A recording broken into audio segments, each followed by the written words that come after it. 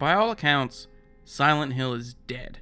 With Konami pivoting to focus on the mobile space and in-person gambling, the series has come to an abrupt end.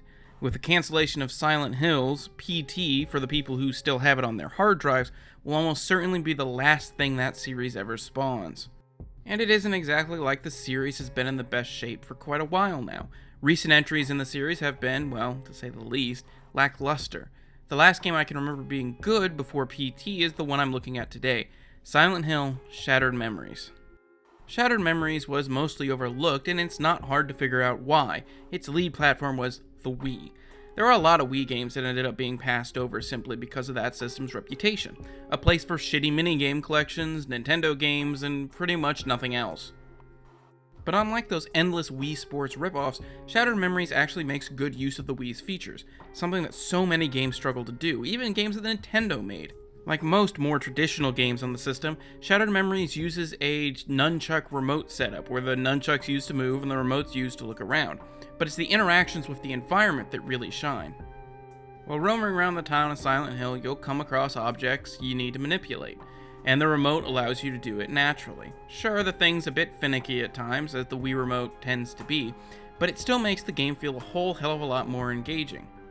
But like many Wii games, the use of the remote is also done badly.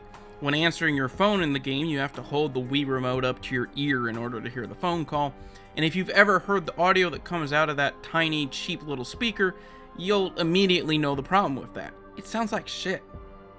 But now it's time to get down to the real nitty-gritty. How does the game play? Unlike most other Silent Hill games, there's no combat in Shattered Memories, only running. Lots and lots of running. Much like Amnesia, there's no killing the monsters. All you can do is run. But that would be giving this game too much credit. The running parts aren't really that fun, but thankfully that isn't all the game is. There are two other parts to the game as well. In one, you're exploring the town of Silent Hill, interacting with the environment in fun ways and looking for clues, while in the other, you're in a therapy session, answering questionnaires and poorly coloring in pictures.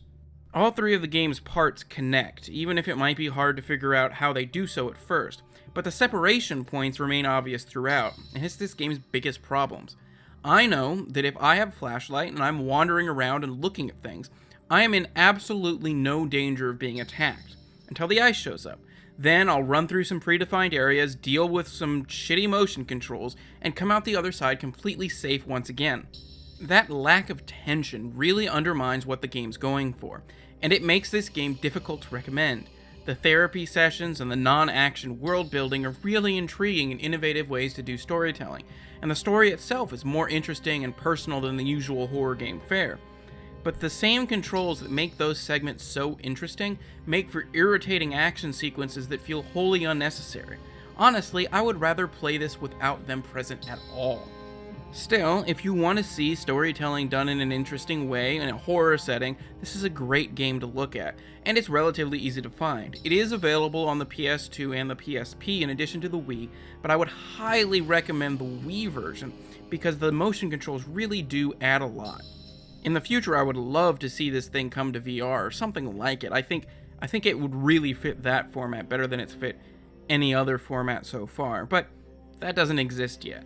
If you're into sort of new ways of telling stories in games, you'll really get a kick out of it. Even if you aren't, I think it's a fun ride. Every Friday, I look at games that were either ignored when they came out or have been forgotten since. Games that many people have completely missed. If you like that idea and want to see the latest videos as they come out, be sure to subscribe. If you like this video in particular, be sure to hit the like button, and thanks for watching.